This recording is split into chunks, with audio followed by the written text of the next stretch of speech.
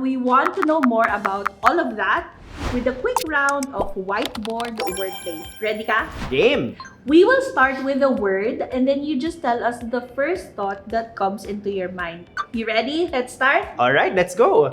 Okay, so your first word, Baus, is beginning.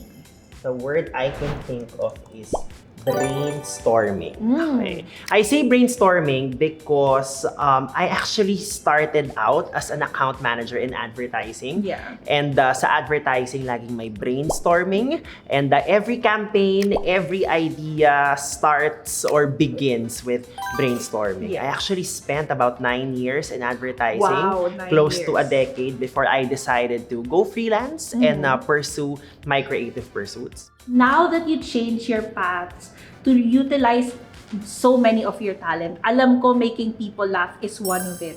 So, ang next word ko for you, Baus, is comedy.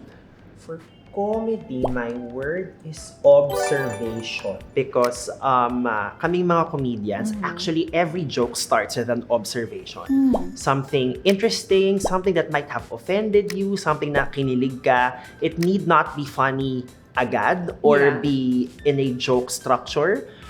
So you start with that observation first and then you do wordsmithing to turn it into a joke.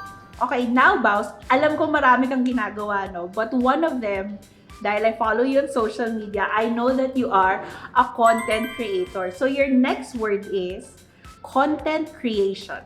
My word is value. Wow, why value?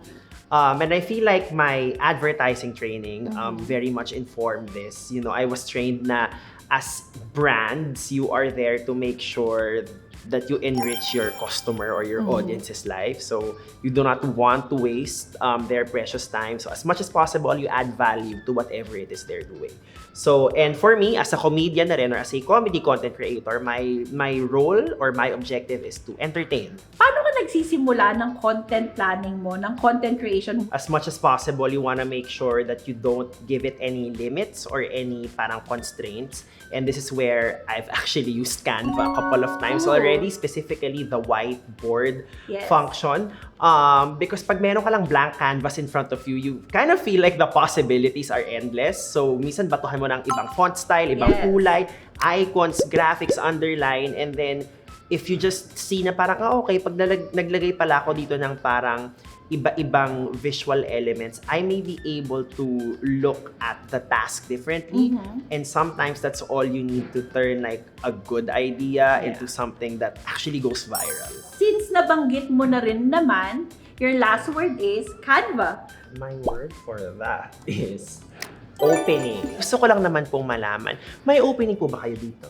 I mean, nandito na naman ako, diba? If we're all about adding value, add value to my time here and schedule me an interview now.